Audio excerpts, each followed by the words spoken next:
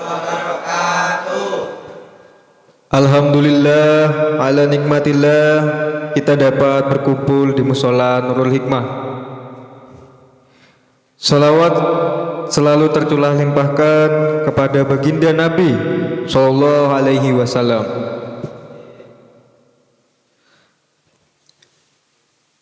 Yang saya hormati para kiai, para alim ulama, para sesepuh, para bapak ketua RT, lan kula takzimi Al Ustadz Khalili yang menjadi pemateri pada malam hari ini.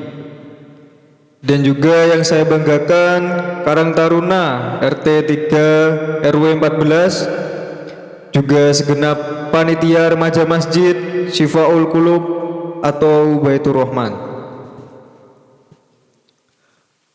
dan bapak, ibu, kakak, adik-adik sekalian. Malam hari ini kita akan mendengarkan dan menyaksikan bersama suatu ilmu yang akan disampaikan oleh Ustadz Khalili yang bertemakan dampak pecandu judi online terhadap remaja. Bagaimanakah penjelasan dan juga ilmu tersebut? Mari kita simak bersama pembahasan dan juga penjelasan Ustadz Khalili. Karena di akhir sesi akan ada door prize yang menarik bagi siapa yang bisa menjawab dan juga aktif dalam kajian ini. Kepada Al-Mukarram Ustadz Khalili saya haturkan. Assalamualaikum warahmatullahi wabarakatuh. Al-Fatihah. A'udzubillahi minasyaitonir rajim. Bismillahirrahmanirrahim. Alhamdulillahirabbil alamin arrahmanirrahim maliki yaumiddin.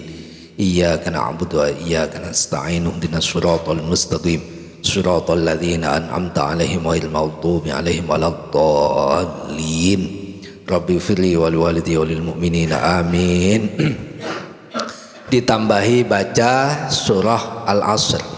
Bismillahirrahmanirrahim. Wal asri innal insana lafi khusrin illa alladhina amanu wa amilus solihati wa tawasaw bil haqqi wa tawasaw bis sabr. Bismillah. Bismillahi amantu billah. I'tasamtu billah tawakkaltu 'ala Allah la haula wala quwata illa billah. Alhamdulillah ala kulli hal wa ni'mah. Allahumma salli wa sallim ala sayyidina Muhammad ibn Abdillah wa ala alihi wa sahabatihi wa man tabi'a sunnatahu wa jama'atah mi yaumina hadza ila yaumin nahdah, amma ba'du. Yang saya hormati segenap takmir musalla apa tadi?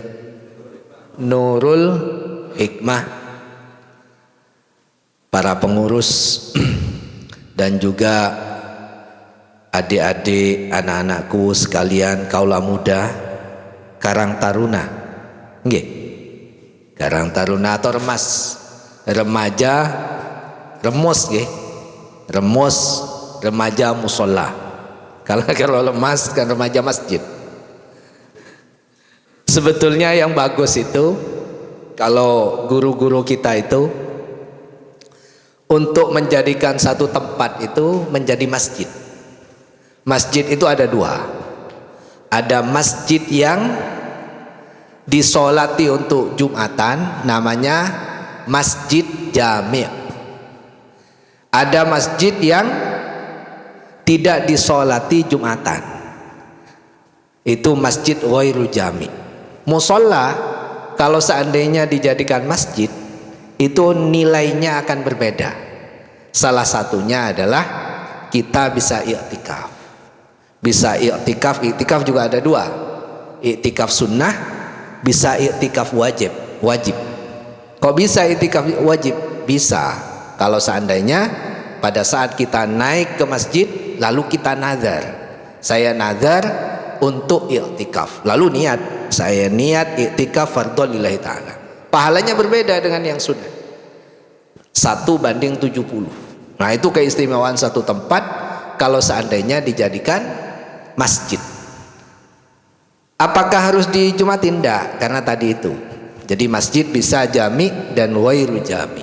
Jadi musola ini kalau mau nilai kualitas pahala yang ingin didapat semakin banyak, maka bisa dijadikan statusnya dinaikkan, naik kelas menjadi masjid gitu. Yang kami hormati, yang saya hormati juga Al Ustadz Haji Agus Fathur dan juga para tokoh ibu-ibu muslimat, fatayat. Muslimat itu berarti ibu-ibu muslim yang sudah sepuh gitu. Kalau fatayat adik-adik muda muslim yang masih muda tadi, muda-mudi. Semoga kita senantiasa berada dalam hidayah dan mauna Allah Subhanahu wa taala. Karena kalaupun undangannya itu ngajinya itu dibilang kaula muda, tapi ternyata alhamdulillah yang banyak hadir juga bapak-bapak dan ibu-ibu.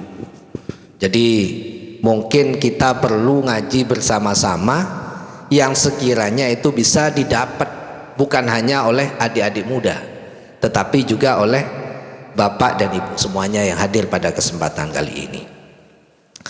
Bapak ibu yang dirahmati oleh Allah dan juga adik-adik semua, kita mengawali ngajinya dengan marilah kita ingat kita statusnya sebagai orang tua dulu.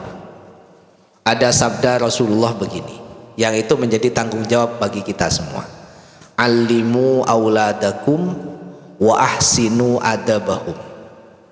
Ajarilah anak-anak kalian dan perbaikilah adab mereka. Jadi salah satu tanggung jawab kita selaku orang tua itu bukan hanya memberi nafkah, tapi tanggung jawabnya adalah untuk mengajari anak-anak kita. Mengajari anak-anak kita termasuk diantaranya adalah mengajari bagaimana memiliki adab yang bagus. Allahumma sholli ala Sayyidina Muhammad. Nah, kalau Sayyidina Ali menyampaikan atas syarah terhadap hadis tadi, itu supaya anak-anak kita itu supaya diajari Al-Quran. Allimu auladakum Al-Quran. Karena kata beliau, kelak para orang tua ini, kita semua itu akan masuk surga sebab satu pertolongan. Pertolongan dari siapa? Dari anak. Jadi salah satu kelak yang akan memberikan pertolongan kepada kita itu anak. Oleh sebab itu maka pentingnya anak-anak kita itu diajari. Jadi hak anak, hak yang melekat kepada anak yang justru menjadi kewajiban bagi masing-masing orang tua itu adalah mengajari, bukan hanya menafkahi. Oleh sebab itu jangan sampai lupa kita selaku orang tua untuk mengajari. Nah, pembelajaran dan pengajaran nilai ini itu dimulai dari mana? Dari kita selaku orang tua, dari bapak, dari ibu. Di mana? Di rumah. Nah, pembelajaran sebagaimana yang sudah diajarkan atau diperintahkan oleh Kanjeng Nabi, Kanjeng Rasul ini, kalau dulu para orang tua kita itu sungguh sangat disiplin. Ada waktu-waktu tertentu yang tidak boleh digugat. Anak itu harus ngaji di situ. Saya waktu kecil itu kalau habis maghrib jangan coba-coba nonton TV. Pasti kata Maduranya itu peles sama abah saya. Ditarik ke musola. Kalau sekarang coba tarik telinganya. Jangan coba-coba, bisa dilaporkan ke polisi. Tapi dulu saya mengalami itu. Waktu baru TV, baru listrik baru masuk dan TV baru punya, betapa senangnya saya. Akhirnya nontonlah TV. Habis maghrib saya nonton. Abah itu turun dari musola, dari masjid, itu tidak ada lain kecuali mencari saya. Untuk apa? Untuk meles kopeng, narik telinga saya, ditarik untuk masuk masjid. Kenapa? Kalau bahasa sekarang, itulah quality time, waktu yang terbaik bersama anak, gitu. Nah, itu suatu pembelajaran yang bisa sangat berpengaruh dalam kehidupan saya. Saya mengamalkan itu. Jadi kalau di rumah saya, habis maghrib sampai isya, habis subuh sampai syuruk, itu tidak ada kegiatan kecuali mengaji. Tidak ada salah satu di antara keluarga, apakah itu saya, apakah istri, apakah anak-anak atau santri, semuanya tidak boleh melakukan kegiatan kecuali ngaji. Termasuk yang kami larang itu di rumah, apa? Menggunakan HP di waktu itu. Dampaknya Bapak Ibu itu sungguh sangat luar biasa. Anak-anak saya itu dulu, kalau Baitur Rahman itu Pak, di lomba kedua kalau nggak keliru, ada lomba tahfidz. Nah, anak saya waktu itu masih TK, belum TK, masih PAUD, namanya Hilya. Ada mungkin dokumentasinya di Baitur Rahman. Itu begitu hafalan tampil, saya tinggal sama kakaknya yang kelas 1 SD. Saya ikutkan itu untuk apa? Hanya melatih keberanian, sebetulnya itu, tidak ada lain. Tapi di luar dugaan, apa yang terjadi? Ternyata di Masjid Baitur Rahman ini juara 1. Jadi betapa kagetnya. Kenapa seperti itu? Itu mungkin keberkahan waktu, di mana kita harus disiplin di situ, itu ada pada kita. Karena kata Kisah Al-Mahfud, keistimewaan waktu, keistimewaan suatu tanda waktu yang diberikan oleh Allah itu tidak serta-merta bisa didapat oleh masing-masing kita, kecuali kita memanfaatkan waktu itu sebaik mungkin. Nah, kalau kita tidak memanfaatkan itu, maka sekalipun waktu istijabah antara maghrib sampai isya luar biasa, antara subuh sampai syuruk luar biasa, kalau seandainya kita itu tidak memiliki aktivitas yang bagus, maka waktu yang istimewa tadi akan lewat begitu saja. Nah, oleh sebab itu ini pentingnya untuk memanfaatkan, termasuk pada waktu itu sudah masing-masing itu harus meletakkan HP kita. Bapak Ibu semua, Jember itu, sebelum ke anak-anak, Jember itu memiliki prestasi yang kurang baik. Apa diantaranya? 1, tingkat perceraian itu nomor 3 se-Jawa Timur. Yang kedua, bulan Oktober kemarin Dinas Kesehatan merilis Jember itu yang positif HIV AIDS itu lebih dari 200 orang, dan itu tertinggi pula se-Jawa Timur, nomor 3 gitu. Itu sebab apa? Nah, salah satu penyebabnya, begitu kita rapat koordinasi antara MUI sama PA waktu itu, salah satu hakim itu menyampaikan betapa interaksi dalam rumah tangga itu, hubungan yang semestinya dibangun dengan penuh kehangatan menjadi runtuh, menjadi tergerus, menjadi hilang sebab adanya HP gitu.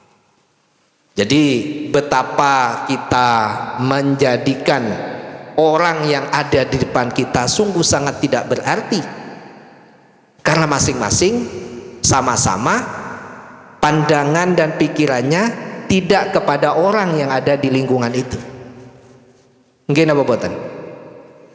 Si anak fokus dengan game mungkin, nggih. Si ibu mungkin fokus dengan sosialita. Si bapak mungkin juga fokus dengan WA grupnya atau tontonan-tontonan lainnya. Jadi masing-masing tidak kepada siapa yang ada di depan itu gitu. Padahal nih, seandainya orang tua memandang putra putrinya yang ada di depan mata itu dengan penuh kasih sayang, dengan penuh syukur, itu pahalanya sama dengan memandang Nabi. Oke. Kebalikannya, kita ini sebagai orang tua yang juga bagi yang masih orang tuanya ada, itu berarti sekaligus juga menjadi anak.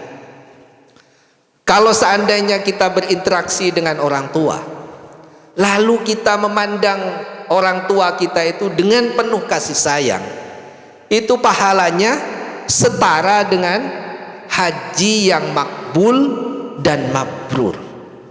Ada satu hadis disampaikan oleh Sayyidina Abdullah bin Abbas.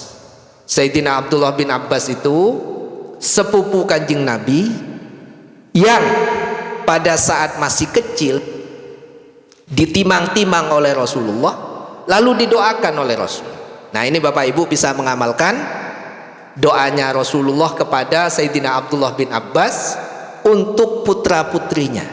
Saya mengamalkan, sama istri saya mengamalkan.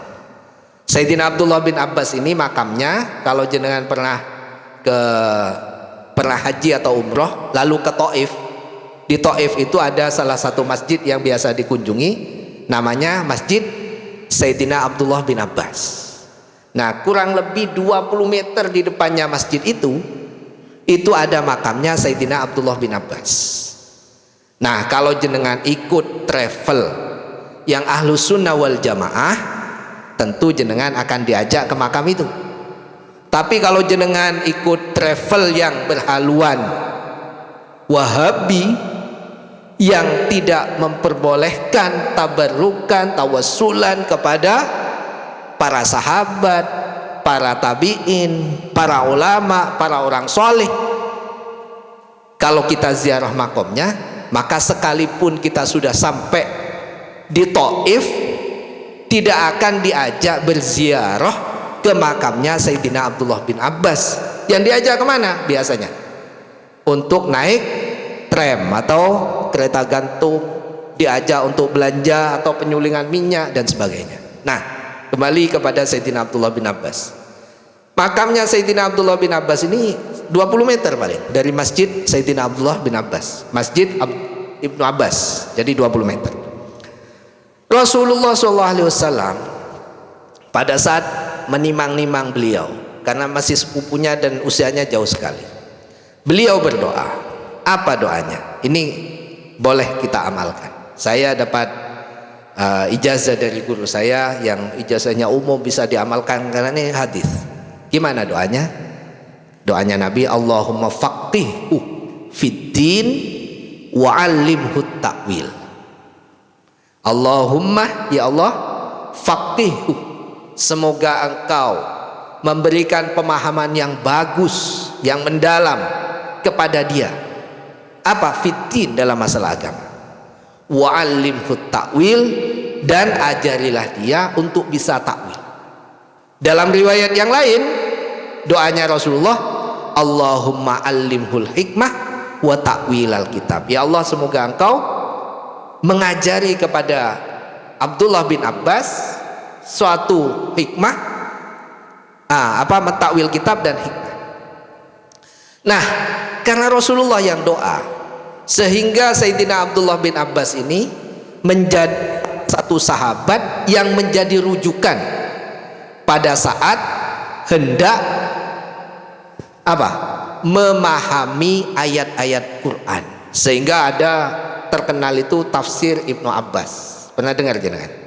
Nah, karena itu beliau didoakan oleh Rasulullah sehingga menjadi rujukan para sahabat lain.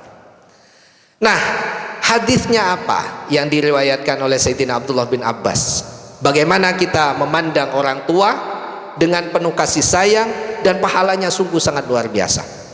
Dalam kitab itu disebut bahwa ma min rajulin yanzuru wajha walidayhi au ahadahuma nazratan rahmatan illa kataballahu lahu biha hajjatan mabruratan maqbulatan. Tidaklah bagi seseorang yang memandang wajahnya kedua orang tuanya atau salah satunya, dengan pandangan penuh kasih sayang, illa katabahallahu lahu biha hajjatan mabruratan makbulatan, kecuali Allah akan mencatat kepada dia, kepada anak, dengan catatan pahala yang akan diberikan setara dengan haji yang makbul, yang mabrur. Oleh sebab itu Bapak Ibu semua, pada saat kita bersama dengan orang tua, mumpung masih ada, mumpung masih bersama kita, maka pandanglah orang tua kita itu dengan penuh kasih sayang. Nah, bagi adik-adik ini, bagi anak-anak, ajarilah anak-anak kita itu untuk memandang kita sebagai orang tua dengan penuh kasih sayang. Sementara kita memandang anak-anak kita, pandanglah mereka dengan penuh syukur, karena itu sudah kita dianugerahi oleh Allah Subhanahu wa taala gitu. Jadi kalau seandainya interaksi seperti itu, maka kualitas hubungan kita satu dengan yang lain, masing-masing keluarga, orang tua dengan anak, anak dengan orang tua, suami dengan istri, istri dengan suami, dan seterusnya, maka menjadi kualitas yang baik. Tetapi hubungan yang baik itu bisa-bisa tergerus begitu saja dengan adanya kehadiran HP gitu. Nah, Allahumma sholli ala sayyidina maulana Muhammad. Nah, ternyata HP ini tidak selesai meruntuhkan hubungan kita di keluarga. Ternyata ada online lainnya. Ternyata online ini bisa menjadi pisau bermata dua.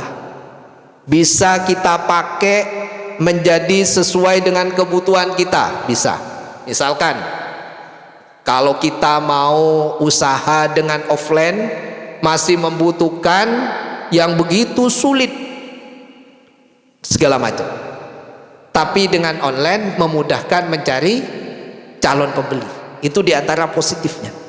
Tapi negatifnya juga jangan khawatir, banyak juga. Apa diantaranya? Diantaranya adalah tadi itu, apa-apa bisa merusak juga dengan online. Salah satunya adalah judi online. Judi online ini Bapak Ibu dan adik-adik, kalau bagi hubungan keluarga itu ada tempo hari yang mengadu ke kami di MUI, itu minta untuk semacam dimediasi. Ada suami mengadu karena digugat cerai oleh istrinya. Mula-mula suami itu menceritakan segala macam tentang istrinya. Begitu kami minta, hadirkan aja istrinya supaya sama-sama menyampaikan. Ternyata begitu istrinya dihadirkan, menyampaikan kepada kami bahwa suaminya ini tidak ada henti-hentinya main judi online, dan itu sampai habis itu. Jadi judol ini bagi siapa orang tua itu sudah bisa berdampak kepada perceraian. Bagaimana dengan anak? Kepada anak, kalau menurut psikolog, jadi menurut psikolog judol ini dampaknya juga kalau bagi anak itu sungguh sangat luar biasa. Apa diantaranya? Diantaranya itu menjadikan anak emosinya tidak stabil. Emosi tidak stabil ini bisa mudah marah, bisa meledak-ledak. Itu akibat dampak buruk dari judi online ini. Bayangkan anak seusia SMP beberapa waktu yang lalu, yang semestinya itu bisa ngaji, bisa sekolah dengan baik, akibat orang tuanya melarang supaya dia tidak top up. Kalau tidak keliru begitu, ya top up deh. Top up, apa yang terjadi? Coba jenengan lihat di beberapa kasus dari anak yang melawan kepada orang tua. Apa sebabnya? Itu bukan di mana-mana. Ini kasus yang di Jember. Itu sebabnya adalah Karena ada larangan orang tua kepada anaknya yang lagi digandrungi oleh game. Game sama judi online itu bedanya tipis-tipis. Oleh sebab itu ini pentingnya kita mengajari nilai Bapak Ibu kepada anak, supaya anak seandainya pun main game, karena kita tidak bisa kontrol 24 jam, tapi anak yang masih perlu diisi, dikasih tahu soal rambu-rambu permainan. Kalau tidak, permainan itu bisa semakin menyeret, pada akhirnya dia tidak bisa dihalangi oleh orang tuanya yang pada akhirnya melawan kepada orang tuanya gitu. Kalau tanya hukum, apa hukumnya berjudi? Tidak usah tanya. Saya sudah membawakan kepada Bapak Ibu kertas tuh, di situ itu ada ayat yang memang saya sengaja tidak sebut ini surat apa, nomor berapa, supaya suatu ketika misalkan jenengan ngaji Al-Quran sampai pada ayat ini, jenengan setidaknya ingat bahwa ada ayat yang menerangkan atau menjelaskan bagaimana status maisir.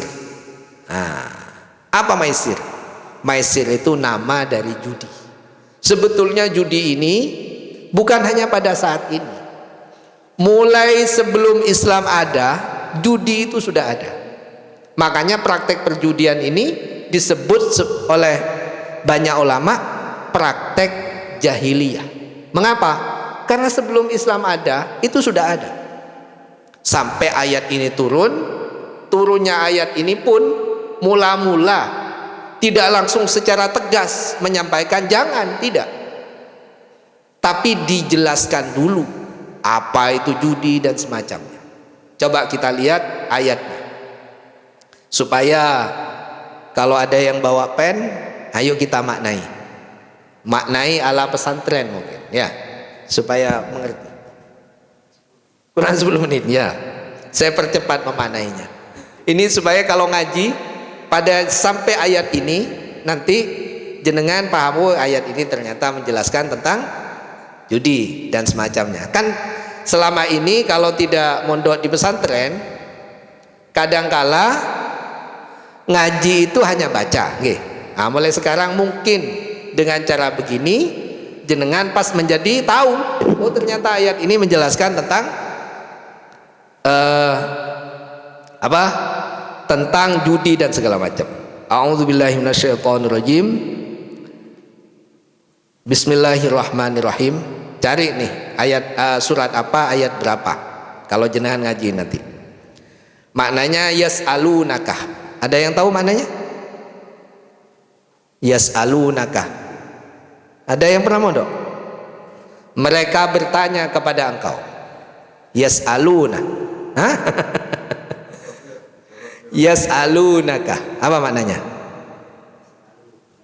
Mereka bertanya kepada kamu, kepada engkau wahai Muhammad, maksudnya kepada Nabi Muhammad, anil khomri, tentang khomer. Apa khomer? Ya, yang memabukkan. Karena bukan hanya minuman sekarang khomer, Pak. Bisa berbentuk pil, bisa berbentuk serbuk. Nah, wal maisir, dan ya judi, dan judi. Qul, katakanlah, fihima, dalam khomer dan maisir. Apa tadi maisir? Judi. Ithmun kabirun. Ithmun apa? Ithmun dosa, kabirun yang besar. Nah, jadi penjelasannya tentang khomer dan maisir adalah dosa besar. Nggih. Wa manafi'u linnas, dan ada juga manfaatnya kepada manusia. Jadi alasan mereka itu kalau sekarang ini kan ada gunanya, itu sudah alasan bukan hanya sekarang, tapi alasan mulai zaman jahiliyah. Oleh sebab itu Al-Quran mengakomodir pendapat itu. Iya ada, misalkan beruntung lagi berjudi, gimana? Bisa kaya raya. Tapi kalau tidak beruntung, nah, jadi dijelaskan di sini. Wa manafi'ul linnas, dan juga ada manfaatnya. Itu ayat pertama. Wa itsmuhuma, adapun dosa dari keduanya akbar, itu lebih besar min naf'ihima dibandingkan kemanfaatan dari keduanya. Nah, bisa dipahami nggih? Ini maknanya. Wa yas'alunaka, apa? Dan mereka bertanya kepada engkau, madza yunfiquna, bagaimana kami apa? Yunfiqu, anfaqa yunfiqu, memberikan nafkah, bersedekah ya. Qul, katakanlah wahai Muhammad, al-afwah. Afwah, apa afwah? Jadi berbagi sesuai dengan kadar kemampuan. Kadzalika yubayyinullahu lakumul ayat. Begitulah yubayyinullahu, menjelaskan siapa Allah, lakum, kepada kalian, al ayat, tentang ayat, la'allakum tatafakkarun, semoga engkau bisa mikir. Nah, ini bagusnya ayat. Ayat itu diturunkan oleh Allah menyikapi suatu produk hukum, suatu kebiasaan, supaya merubah kebiasaan itu gimana? Kata orang Madura, tidak motel pekolan. Tahu motel pekolan? Tidak mutung. Kata orang Madura itu motel pekolan, tidak langsung mutung, tetapi memberikan edukasi sedikit demi sedikit supaya paham, sampai menantang. Afala tatafakkaru, apakah engkau tidaklah bisa berpikir gitu. Nah, baru kemudian pada ayat berikutnya Bapak Ibu menjadi tegas di sini. Ya ayyuhalladzina amanu. Gimana maknanya? Wahai orang-orang yang beriman, innamal khamru, sesungguhnya khamar, wal mainsiru, dan judi, wal ansabu, sesembahan kepada berhala, wal azlamu, apa? Mengadu nasib, itu rijsun. Apa rijsun?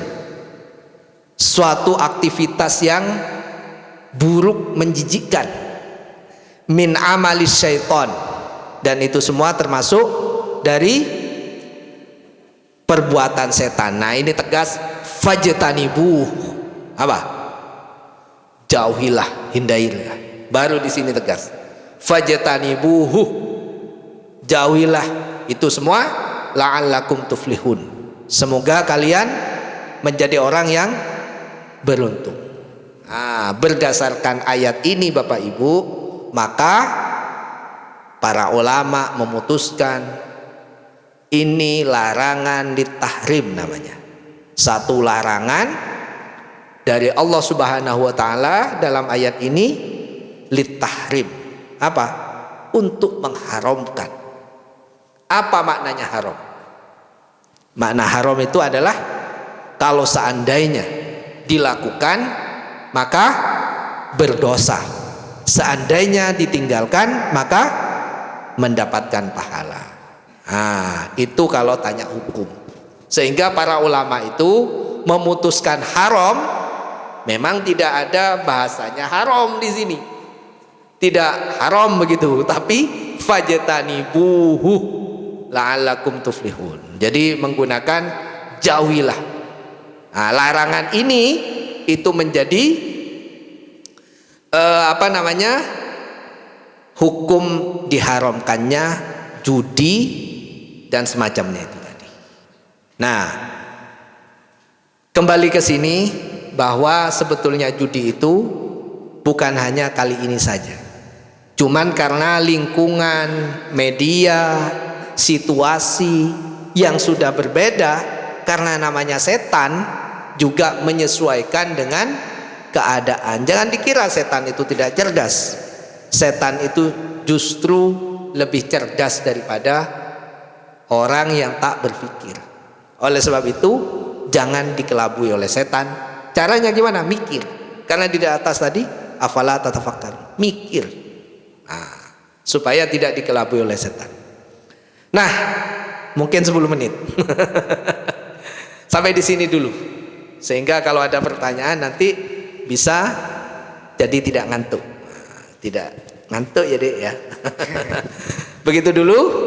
Terima kasih. Silakan. Masya Allah.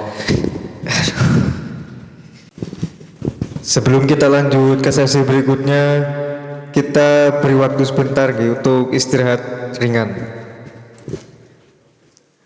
Bukan berhenti dari makna, tapi memberi ruang untuk mencerna. Sebagai pengingat kecil, izinkan kami menyampaikan satu pantun yang akan saya pandu. Jawabnya cakep. Scroll ponsel tiap hari, iklan muncul datang bertubi-tubi. Kalau hati sedang rapuh dan sepi, jangan lari ke judi, pulanglah ke ilahi.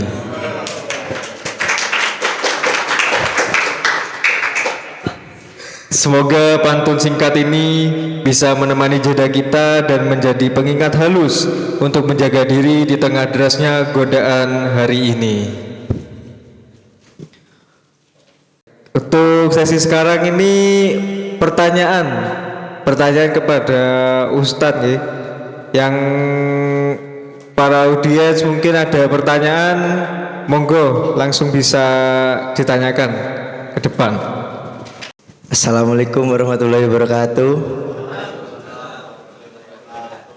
Nama saya Safir Afgan, saya dari RT 3 Blok DF17.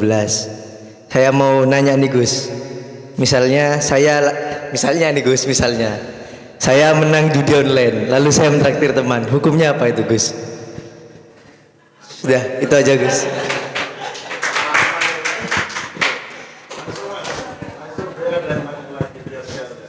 Oke, pertanyaan selanjutnya ditampung dulu, Gus. Pertanyaan kedua dari ibu-ibu, mungkin ada yang ingin bertanya. Bisa juga bertanya melalui Instagram, Instagram Sifaul Qulub. Monggo, Mas Rizky.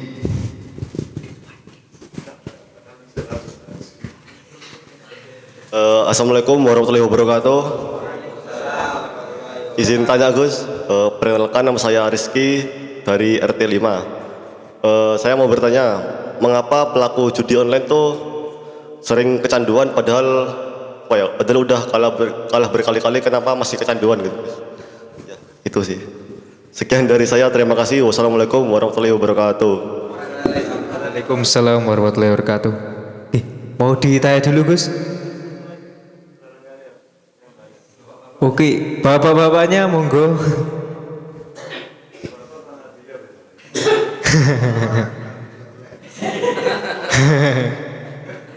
Nggih.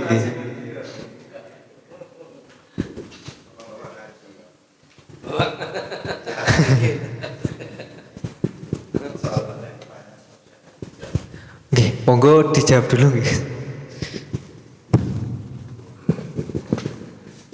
Nggih, kalau bapak-bapak jangan sampai ngaku, Pak. Nggih. Bagaimana hukumnya? Jadi kalau hukumnya, kalau judinya kan jelas haram. Bagaimana kalau seandainya hasil judinya itu saya buat traktir teman? Jangankan traktir teman, buat bangun masjid saja. Gimana? Itu misalkan. Jadi hasil judulnya saya buat sedekah. Sedekah bikin masjid, bikin madrasah, bikin pondok, atau untuk kasih beasiswa buat fakir miskin. Ada, saya pernah baca itu ilustrasinya begini. di Mukhtasarnya Ihya itu menurut saya cukup menarik. Diceritakan di situ ada orang yang dapat harta, dapat uang itu dari hasil haram. Lalu supaya dia tidak kebagian haramnya, maka anggap saja dari korupsi lah. Dari korupsi atau judul, karena di ilustrasi itu cukup jelas. Lalu diberikan kepada orang lain untuk apa? Untuk menunjukkan kasih sayang kepada orang. Apa yang akan terjadi? Yang akan terjadi adalah kelak bersama dengan harta yang hasil mendapatkan dari keharaman itu yang disedekahkan, dibuat untuk masjid dan sebagainya, itu sama-sama dengan harta yang didapatkan akan dilempar ke neraka. Naudzubillah min dzalik. Jadi dari situ itu sudah jelas. Sekalipun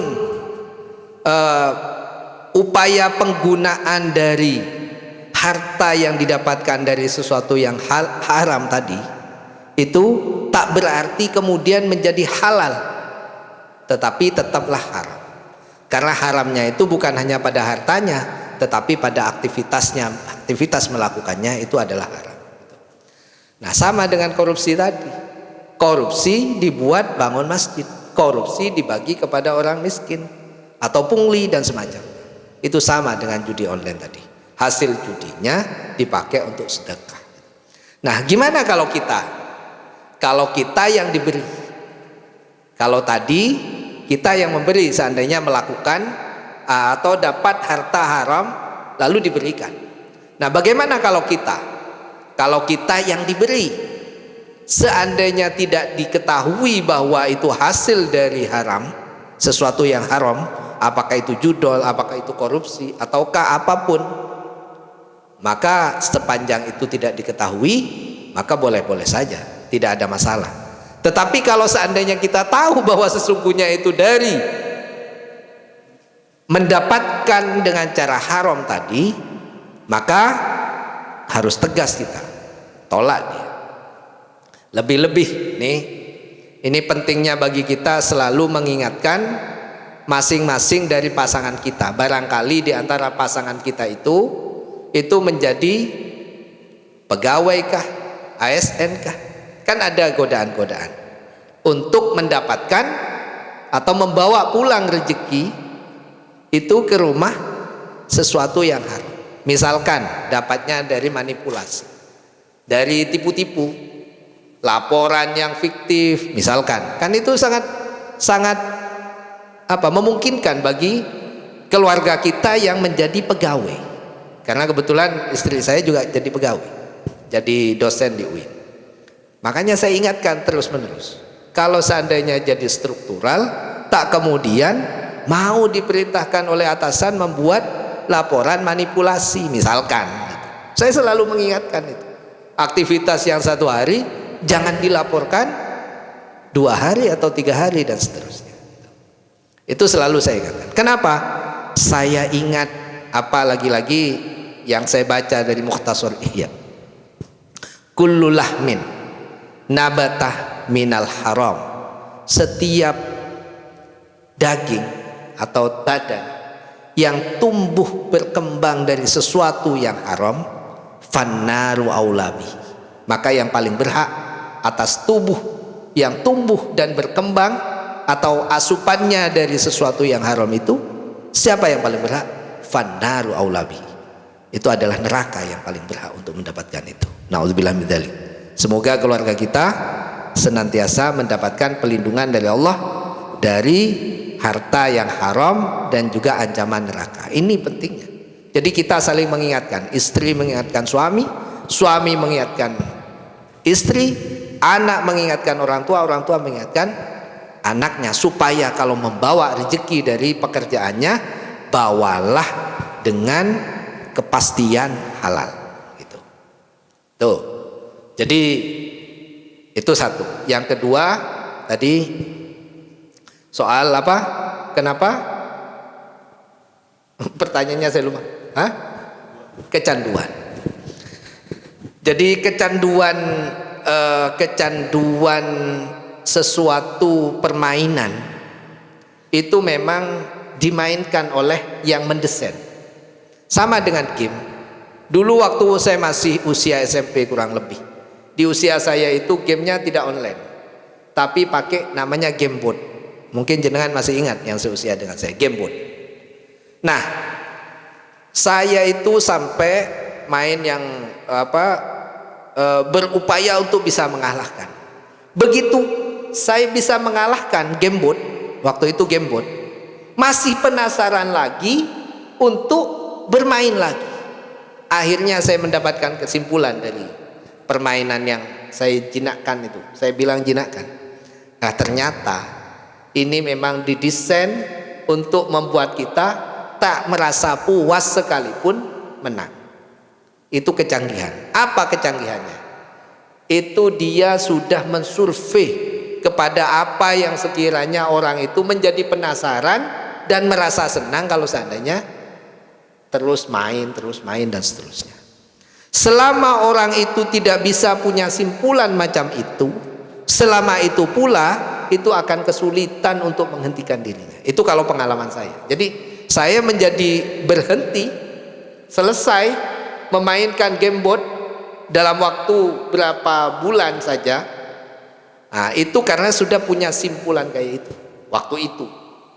Nggak tahu kalau online apakah bisa dijinakkan macam itu gitu. Yang pasti kesempatan untuk bisa menghentikan itu bisa dilakukan manakala kita itu punya aktivitas yang bisa menjadikan kita sibuk. Selama itu tidak ada kesibukan di antara kita, maka yang akan dilirik itu tiada lain adalah HP. Mengapa seperti itu? Karena HP ini justru saat ini lebih dekat dibanding istri, dibanding suami, dibanding anak, dibanding orang tua. Kalau orang tua kita bangun tidur itu pilihan yang diambil itu dua, Pak. Kalau orang tua saya, kalau bukan tasbih, beliau itu wudhu ngambil Quran. Kalau tidak ngambil Quran, beliau baca hizib-hizib. Kalau saya, Pak, selama tidak bisa menjinakkan, selama tidak bisa tegas, begitu bangun apa yang dicari? Mungkin juga panjenengan semua. Pada saat bangun tidur, apa yang diambil dulu? Bisa jadi itu HP. Nggih napa mboten? Kemungkinan HP. Begitu sekali pegang HP, maka setidaknya 15 menit usia kita akan terbuang, setidaknya. Itu simpulan yang sudah saya lakukan. Oleh sebabnya, kalau saya bangun, kalau tidak wudu, tidak sholat, saya tidak pegang HP. Apalagi bangunnya tengah malam, sudah HP itu harus kita tinggal gitu. Kalau kita tidak tegas, sungguh-sungguh akan menggerus. Itu saya pikir bukan hanya kalangan anak-anak muda, tapi juga berlaku juga bagi bapak-bapak. Cuman kalau bapak-bapak jangan sampai cerita. Karena kalau cerita bisa epeles sama ibu-ibu kan gitu.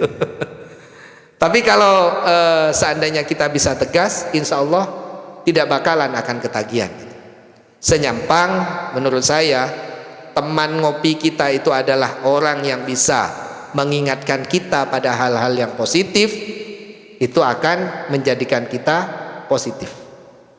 Kebalikannya, sepanjang teman kita itu justru mendorong kita pada hal-hal yang negatif, maka bisa negatif. Maka pentingnya memilih teman.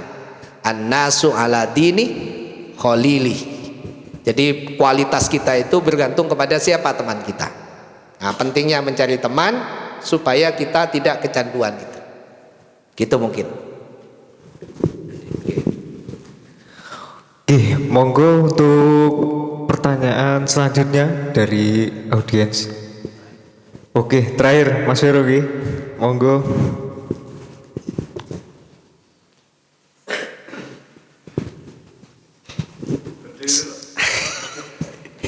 Bismillahirrahmanirrahim. Dunia salam ya Ustaz. Mau bertanya mungkin yang relevan tentang kehidupan kita. Mungkin saya sempat agak menerka-nerka. Mungkin kalau pas event-event Agustus sama yang kemarin kita ada JJS kayak jalan-jalan santai, ada door prize diundi gitu. Nah kemudian ada salah satu mungkin beberapa orang itu belinya tiketnya banyak gitu, dengan harga 2.000 satu tiket misalkan. Nah nanti pulang-pulang itu mungkin, oh ya, mungkin itu apa namanya, pulang-pulang membawakan hasil yang sepeda satu, sepeda lipat, sepeda listrik, kompor. Nah itu apakah ya takawanu minal maisir? Aula Ustaz. Ya, mungkin hadam ini. Ya, syukran.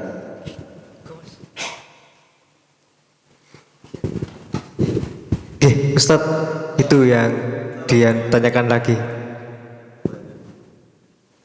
Oke. Mungkin ada yang bertanya lagi dari ibu-ibu atau mbak-mbak.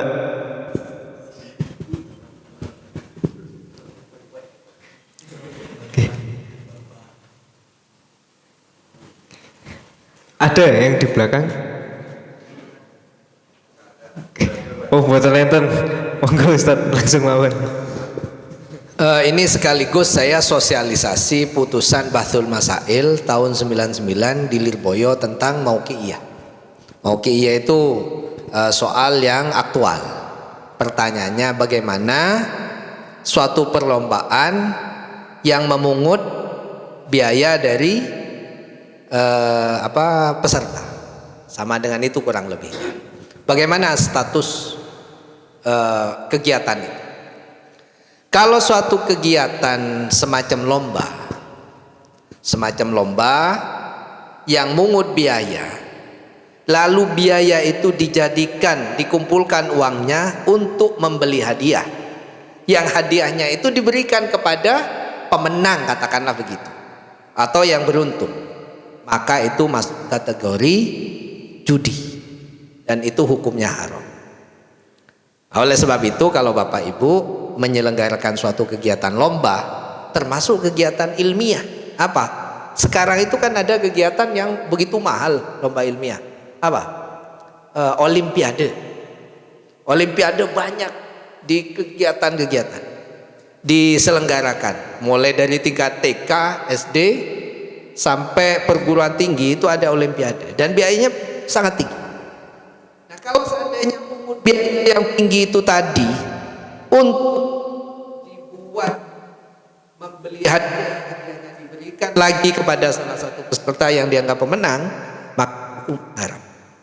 Tapi kalau seandainya pungutan biaya tidak digunakan untuk membeli hadiahnya, tapi dipakai untuk misalkan uang lelahnya panitia, maka itu tidak masuk kategori yang diharamkan, bukan termasuk judi. Gitu. Nah, kalau seandainya tidak begitu, tidak mungut biaya, lalu ada door prize, gitu. Musholla Nurul Hikmah misalkan ngadakan kayak kegiatan sekarang, lalu ada door prize. Gimana hukum door prize-nya? Nah, itu halalan thayyiban, tidak masalah. Kan itu suatu pemberian kepada orang yang menurut kita itu penting diberi kejutan supaya semangat untuk ngaji. Nah, itu bagus kalau itu. Nah, kembali lagi, jadi kalau seandainya ngadakan suatu perlombaan lalu mungut biaya, maka itu yang dikategorikan sebagai kegiatan sama dengan perjudian itu tadi. Di sini malah di situ sama dengan mukhatarah itu. Al-mukhataratu kimarun. Qala Ibnu Abbas di nomor 2 itu sama dengan itu. Al-mukhatarah kimarun.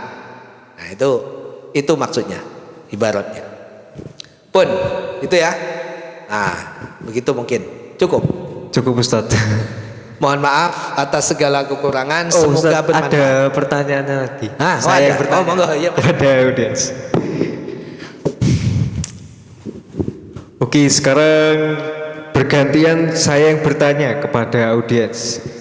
Ya, dan di sini juga ada door prize-nya, bagi yang bisa menjawab ada door prize-nya. Oke. Untuk yang pertama yaitu tentang nama tema dan juga nama tema aja gitu. Ya. Nama tema dari kajian pada malam hari ini. Yang bisa menjawab, monggo langsung ke depan.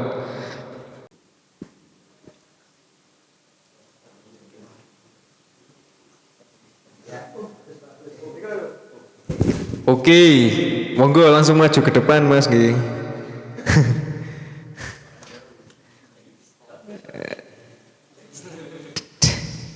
Monggo nama dan juga alamat G. Bismillahirrahmanirrahim. Assalamualaikum warahmatullahi wabarakatuh. Perkenalkan, nama saya Muhammad Faizul Gufron dari RT 2 Blok R10.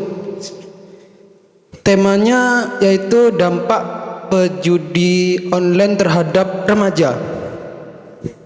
Terima kasih. Wassalamualaikum warahmatullahi wabarakatuh. Nggih, betul sekali dari temanya. Betul nggih, Ketua Panitia? Oke, monggo Mas.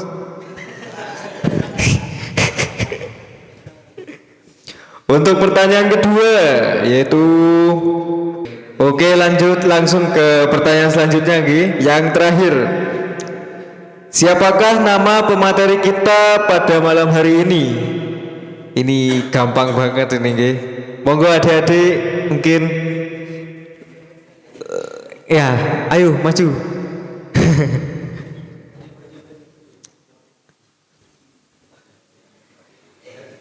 Nama lengkap.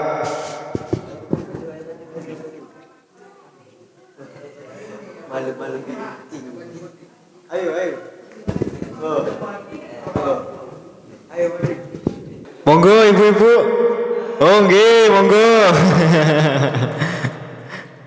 Nggih, monggo teng mriki.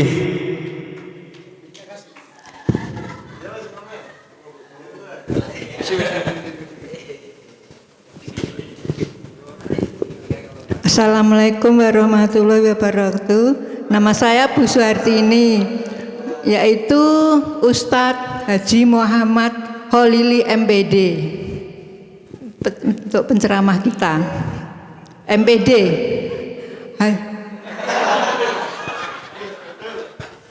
Haji Muhammad Kholili MPD.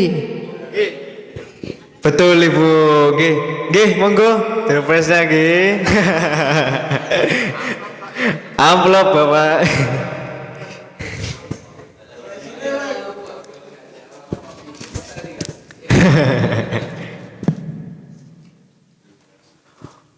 Oke, kita sudah sampai ke penghujung acara. Kami sampaikan terima kasih kepada Bapak dan Ibu undangan serta teman-teman sekalian yang telah hadir. Semoga ilmu yang telah kita dapatkan pada hari ini dapat membawa manfaat dan berkah bagi kehidupan kita bersama. Wabillahi taufik wal hidayah, saya selaku MC pamit undur diri. Wassalamualaikum warahmatullahi wabarakatuh.